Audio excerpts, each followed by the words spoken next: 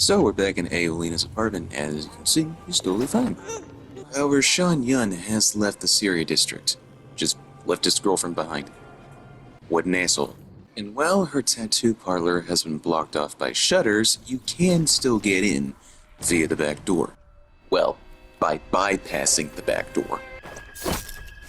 It's actually humorous, the little detail that the developers put in here, because since I already infiltrated the Red Carmilla, she hired a bodyguard and 2 wolfhounds to survey the grounds.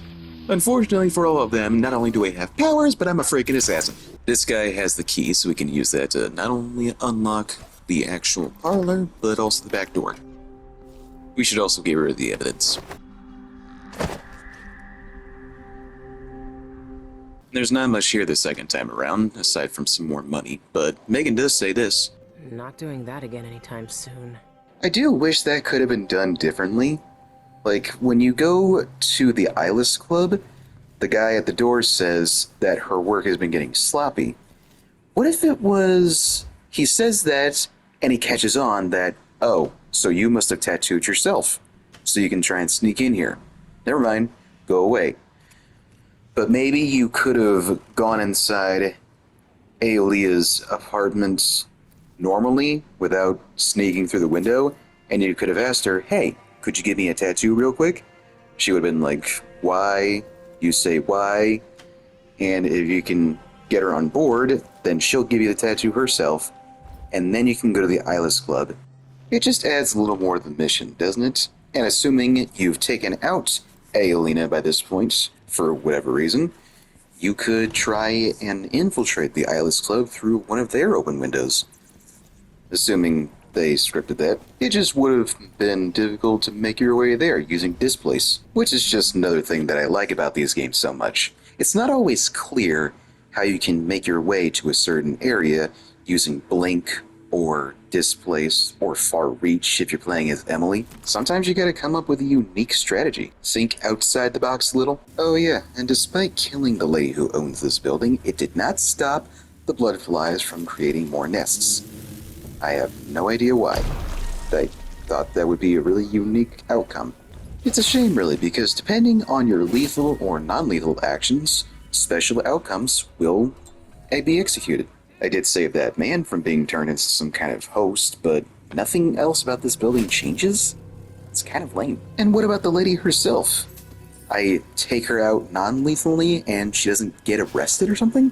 Or since I killed her in this playthrough, let's say that the building gets slated for demolition, or just gets closed down.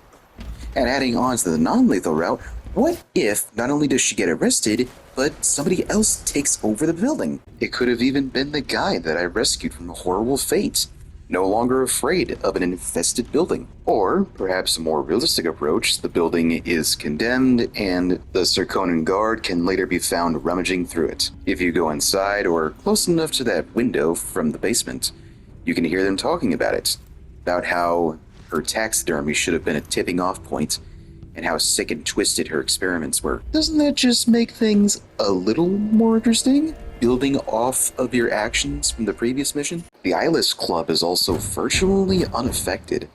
They don't offer the infusions anymore with whatever wine was inside, but this guy will still open the door for you after you show him the sloppy tattoo, and it looks like the bartender is still here. Didn't I help get this guy buried alive? The only other difference is that Sean Yun's house is inaccessible. Also, check this out. I'm stealing their stuff, with no door to block the view, and nobody cares. It's almost like it doesn't matter whether I'm in stealth mode or not, or if anybody can see me. The only time it does matter is if it's a hostile guard actively looking for me or wolfhounds. I don't mean to sound like I'm going too hard on it. I really did enjoy this game the second time I played, but that doesn't mean that there aren't things that are wrong with it, or that there are areas in which I think Arcane could have improved, or did more. At first I thought that was Aramis Stilton and the Duke in those silvergraphs, but apparently Sean Yun also knew Duke Luca Abel. Here's my question though, is that the real Duke, or is it the duplicate that I helped gain power for the betterment of Serkonos?